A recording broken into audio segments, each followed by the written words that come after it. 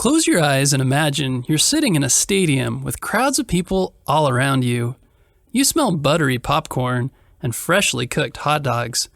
Peanuts, popcorn, a vendor yells from across the aisle. Get your peanuts, popcorn. As everyone gets seated, there's a feeling of excitement in the air. The loudspeakers start playing, "Take Me Out to the Ball Game." The crowd sings along. You hear the crack of a baseball against a bat. The game has begun. If you're familiar with baseball, do these nicknames sound familiar? The Sultan of Swat, the Great Bambino, the Colossus of Clout. These are all nicknames for one of the most famous baseball players to have ever lived, Babe Ruth. But Babe Ruth wasn't his real name. His real name was George Herman Ruth Jr., and he was born in Baltimore, Maryland on February 6, 1895.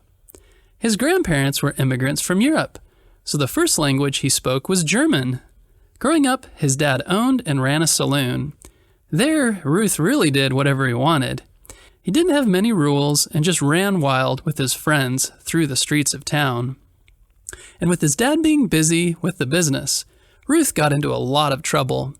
In fact, he got into so much trouble and his parents couldn't control him, so they had to put him in St. Mary's Industrial School. This was a special school for boys who needed more structure than their parents were able to give them at home. At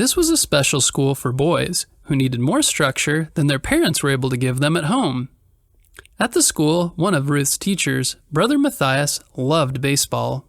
He taught the boys how to play, and Ruth got into the game too.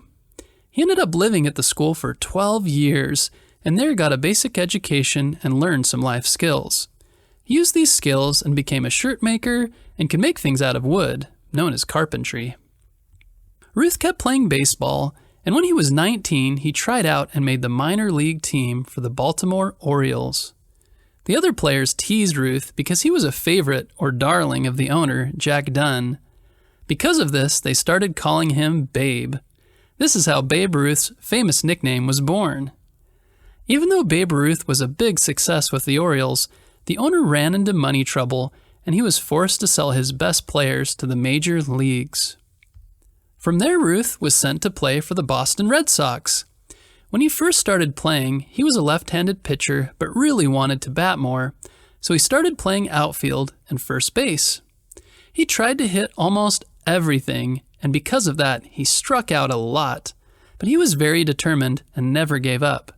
He even said that every strike brings me closer to the next home run.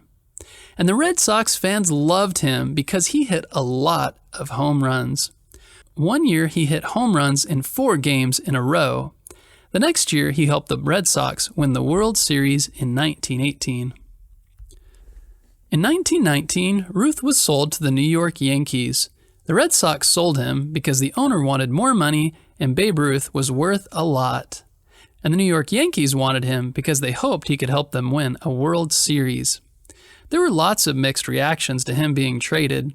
Some Boston fans were devastated to lose Ruth, while others thought he was just too much trouble. While he wasn't playing baseball, he spent a lot of time partying and sometimes getting into trouble. But the Boston fans who liked Ruth believed that trading him started an 84-year curse, during which the Red Sox did not win a World Series. It was called the Curse of the Bambino. Before he was traded, the Red Sox had won 5 of the 15 World Series that they'd played, but after they sold Ruth, they didn't win another World Series until 2004. With Ruth, the New York Yankees did very well. In fact, they won the World Series 4 times, and they won the American League title 7 times. When Ruth was traded to the Yankees, he became a full-time outfielder and was now able to bat all the time.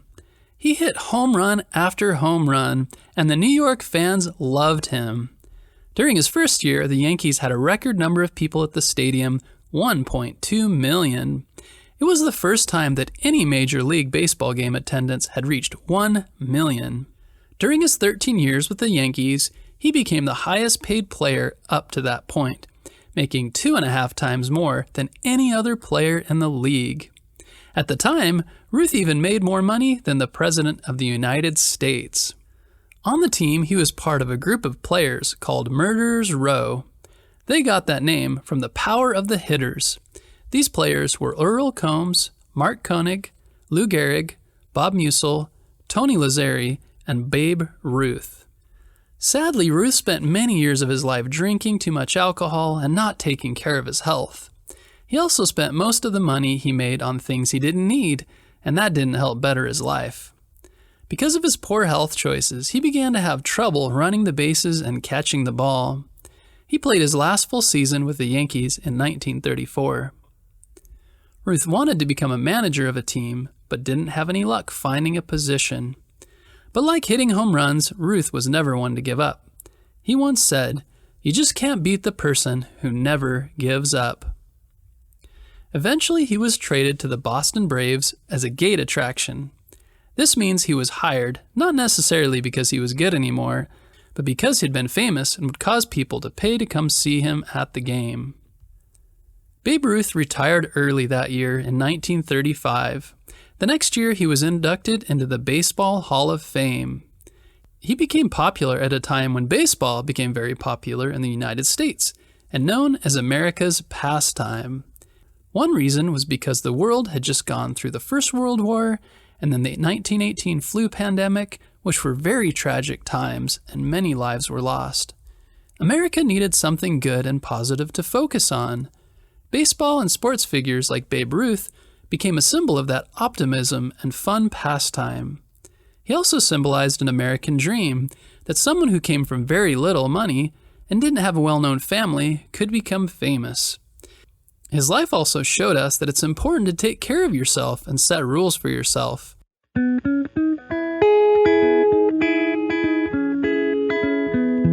If we want our bodies to work well, we need to take care of them by eating good foods and exercising. Babe Ruth worked very hard and took risks to become one of the greatest home run hitters of all time. He once said, "Never let the fear of striking out get in your way." This means that there are many things you can worry about in life or fears that you may have that keep you from acting. But like Babe Ruth, if you worry too much about striking out, you'll never get those things done and swing the bat and make the moves you need to take the next step in life. For you, this might mean trying out for a sport or learning how to draw or some other skill. Don't worry about what others might say or do. Don't worry about striking out and just act like Babe Ruth. We hope you enjoyed this episode about Babe Ruth. Be sure to tune in next Monday for a new episode.